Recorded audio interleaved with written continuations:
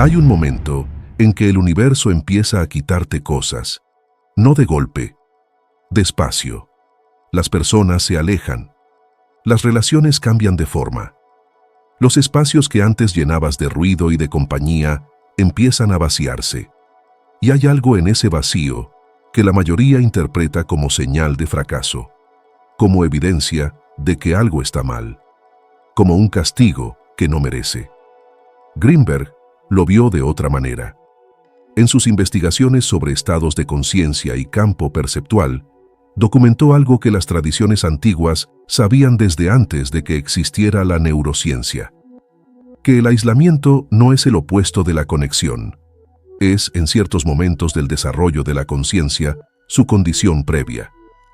Que hay un tipo de soledad que el universo produce deliberadamente, no para castigarte, para llevarte al único lugar donde la señal que necesitas escuchar puede finalmente hacerse audible. El problema es que casi nadie lo recibe así. Casi todo el mundo lo vive como pérdida, como algo que hay que resolver, que hay que llenar, que hay que superar lo antes posible. Y en ese apuro por llenar el vacío, se pierde exactamente lo que el vacío vino a ofrecer. Aquí es donde casi todos se quedan cortos. La sociedad tiene una relación con la soledad que no resiste ningún análisis serio. La ha convertido en sinónimo de fracaso, en la evidencia visible de que algo está mal en quien la experimenta, en algo que hay que curar, que hay que corregir, que hay que comunicar en redes sociales hasta que desaparezca detrás de suficientes interacciones. Y esa narrativa tiene un costo enorme, porque convierte uno de los estados más fértiles que la conciencia humana puede habitar en algo a evitar, en una amenaza, en un problema que resolver en lugar de un espacio que habitar con intención. La paradoja que nadie quiere escuchar es esta: el ruido constante de la vida social, la necesidad permanente de validación externa, la incapacidad de estar en silencio sin llenar ese silencio con estímulos, no es conexión, es dependencia. Y la dependencia del exterior para sentirse bien, para sentirse válido, para sentirse real, es exactamente lo que bloquea el acceso al nivel más profundo del campo interior.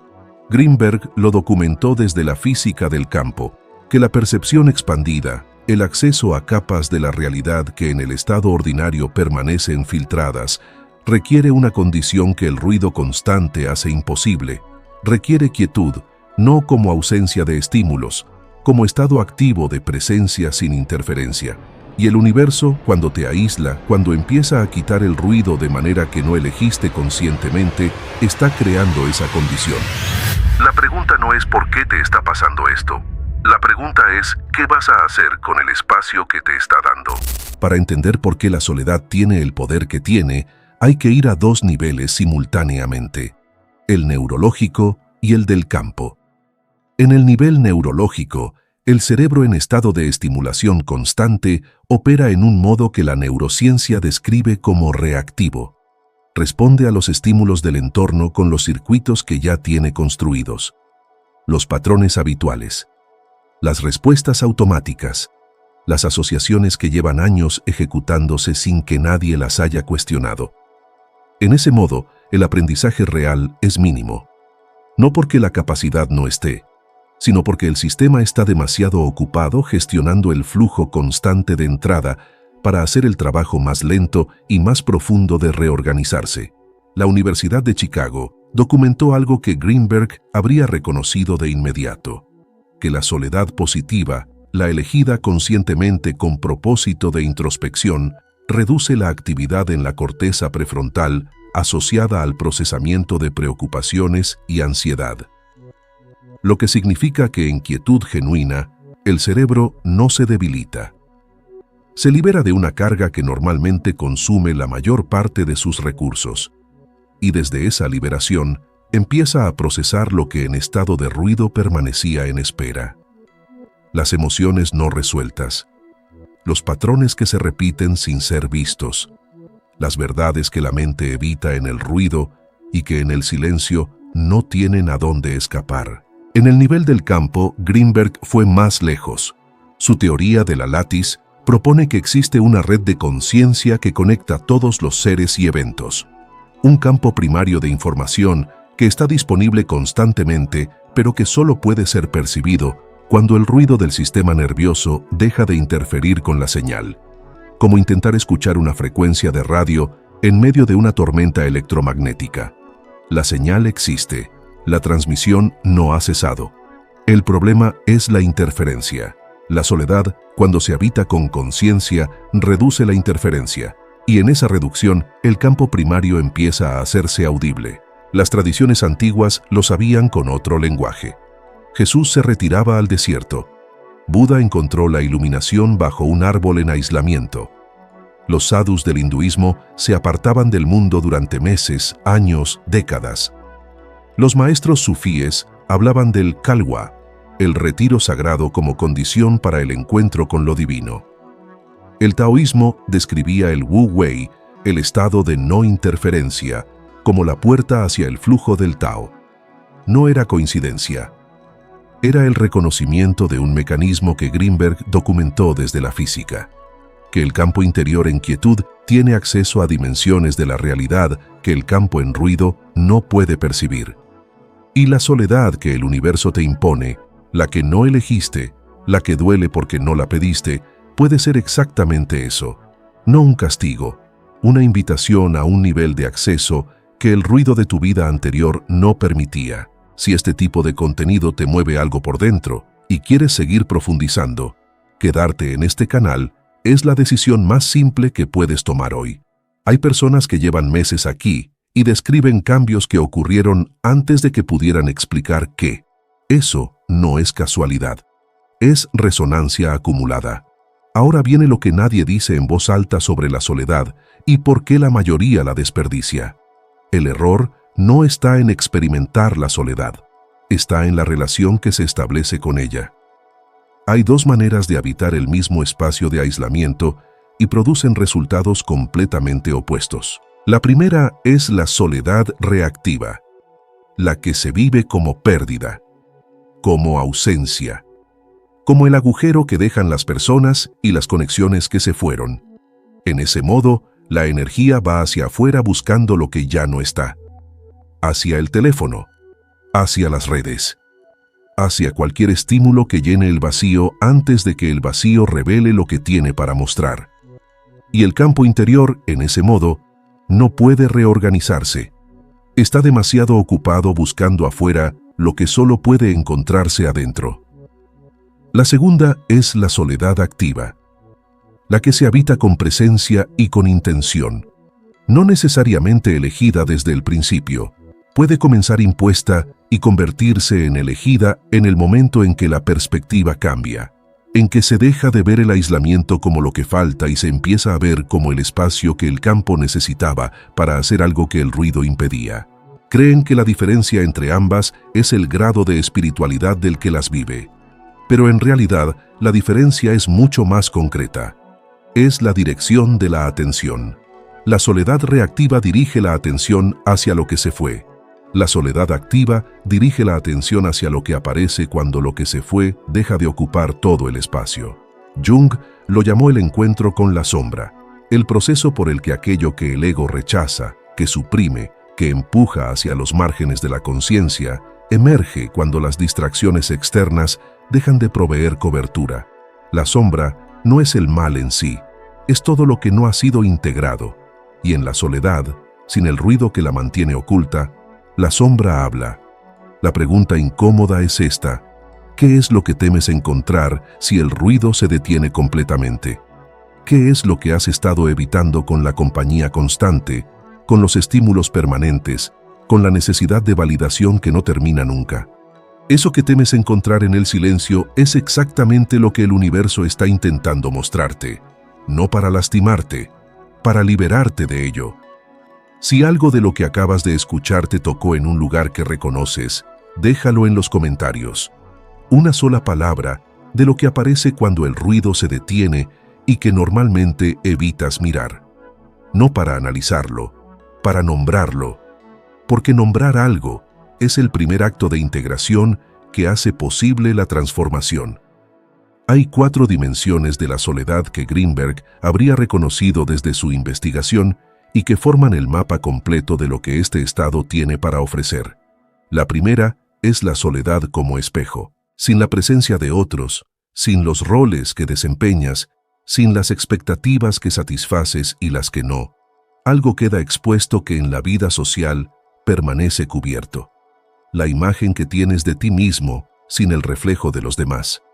Las creencias sobre quién eres que nunca has cuestionado, porque el entorno social las confirmaba constantemente. Greenberg describió en su trabajo sobre percepción y conciencia que nuestras creencias no solo moldean la manera en que interpretamos la realidad, la construyen. El campo perceptual filtra la experiencia en función de lo que el sistema nervioso acepta como cierto. Y si nunca te detienes a examinar esas creencias, si nunca hay suficiente quietud para que emerjan sin el filtro del ruido social, operan debajo de cualquier intención consciente con una eficiencia que asombra. La soledad es el espejo que las hace visibles, no porque sea cómodo, sino porque en su ausencia el sistema de creencias opera invisible, y lo invisible no puede cambiarse. La microacción aquí es concreta. En el próximo momento de soledad que experimentes, en lugar de llenarlo con estímulos externos, siéntate durante 5 minutos con una sola pregunta. ¿Qué creo sobre mí mismo que nunca he cuestionado? No para responderla de inmediato, para dejar que la pregunta haga su trabajo en el campo. La segunda es la soledad como canal. Las sincronicidades que Greenberg documentó con tanta precisión, esos momentos en que el campo exterior responde al campo interior con una exactitud que el azar no puede explicar, ocurren con mayor frecuencia y mayor claridad en estados de quietud. No porque el campo primario emita señales solo en silencio, sino porque en el ruido constante, el sistema nervioso no tiene el ancho de banda para procesar señales que no encajan en los patrones habituales. En soledad, la percepción se expande. Los pensamientos que surgen espontáneamente, las intuiciones que aparecen sin ser convocadas, las conexiones entre eventos que en estado ordinario parecerían separados, se vuelven accesibles. No como fenómenos místicos inexplicables, como el funcionamiento natural de un sistema perceptual que finalmente tiene el espacio para operar sin interferencia. La microacción es empezar un registro de lo que aparece en los momentos de soledad consciente. No un diario estructurado. Una página en blanco donde anotas sin editar lo que emerge. Pensamientos, imágenes, preguntas, sensaciones, sin juzgarlos, sin analizarlos de inmediato. Porque el campo comunica en un lenguaje que no siempre es lineal y que requiere tiempo y espacio para ser descifrado. La tercera es la soledad como catalizador de la transformación de identidad. Este es el nivel más profundo y el más difícil de habitar. Porque aquí la soledad no solo muestra lo que hay, exige una decisión sobre qué hacer con lo que muestra. Las creencias limitantes que emergen en el espejo del silencio no se transforman solas. Requieren el acto deliberado de quien las ve con claridad y decide, desde esa claridad, qué quiere conservar y qué quiere soltar. Greenberg documentó en sus investigaciones que la transformación de los patrones perceptuales no ocurre en el nivel de los pensamientos conscientes. Ocurre en el nivel de las estructuras profundas que organizan la experiencia. Y esas estructuras solo son accesibles desde un estado de conciencia que el ruido ordinario no permite alcanzar. La soledad, habitada con intención, es la condición en que esas estructuras se vuelven visibles y, por lo tanto, modificables. Como el cirujano que no puede operar lo que no puede ver. La soledad es la luz que ilumina el campo antes de que comience el trabajo real. La microacción aquí es identificar una sola narrativa sobre ti mismo que ha permanecido sin cuestionarse. Una historia que te cuentas sobre lo que puedes o no puedes tener, ser, lograr. Y en el silencio de la soledad, preguntarle directamente, ¿es esto verdad o es lo que aprendí a creer? La cuarta es la soledad como práctica de resiliencia emocional. Hay una habilidad que solo se desarrolla en soledad y que ninguna relación, por profunda que sea, puede producir. La capacidad de regular el estado interno sin depender del estado de los demás. De encontrar equilibrio en el centro propio, independientemente de lo que el entorno presente. Greenberg lo habría descrito como coherencia del campo interior ante la perturbación. El estado en que el campo no colapsa cuando las circunstancias presionan. No porque sea insensible, sino porque ha desarrollado un centro que las oscilaciones externas no pueden desplazar. Esa fortaleza no se declara, no se afirma, se construye en los momentos de silencio en que aprendes a estar contigo mismo sin necesitar que nada afuera valide tu estado. En que descubres que la paz no llega de afuera. Siempre fue una capacidad interna que el ruido constante impedía desarrollar. La microacción es simple y exigente al mismo tiempo. Un periodo diario de silencio completo sin estímulos, sin música, sin podcast, sin teléfono, solo tú y lo que emerge. Empezando por 5 minutos, aumentando gradualmente, no como disciplina estoica, como entrenamiento del campo interior para operar desde su propio centro. Déjame contarte algo que ilustra con precisión lo que ocurre cuando la soledad se habita desde la comprensión correcta. A lo largo de la historia, los momentos de mayor transformación en la vida de quienes luego cambiaron el mundo no ocurrieron en medio de la actividad social. Ocurrieron en el retiro, en el desierto, en la oscuridad de la cueva, en el silencio que precede a la claridad. Newton formuló la gravitación durante la plaga de Londres, cuando la universidad cerró y fue forzado al aislamiento de su casa en Woolsthorpe. No fue en el salón de clases donde la manzana cayó.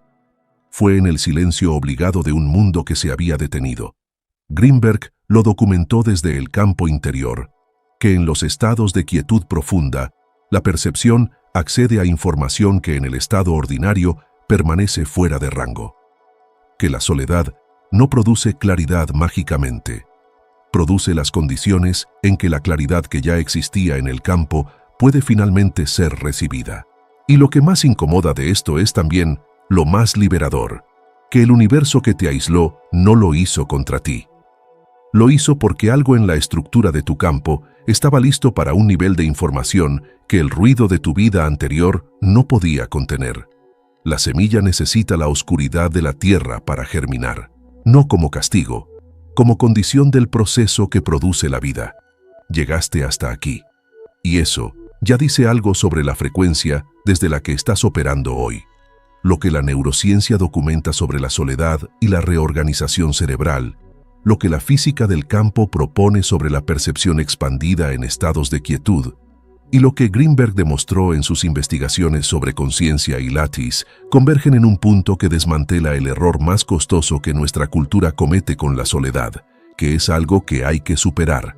No hay nada que superar, hay algo que habitar.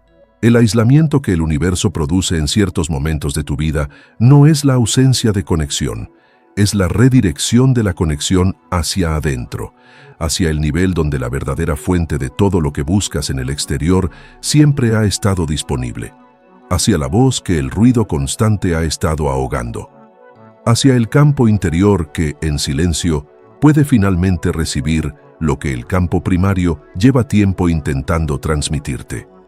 La pregunta que queda abierta no puede responderla ningún concepto.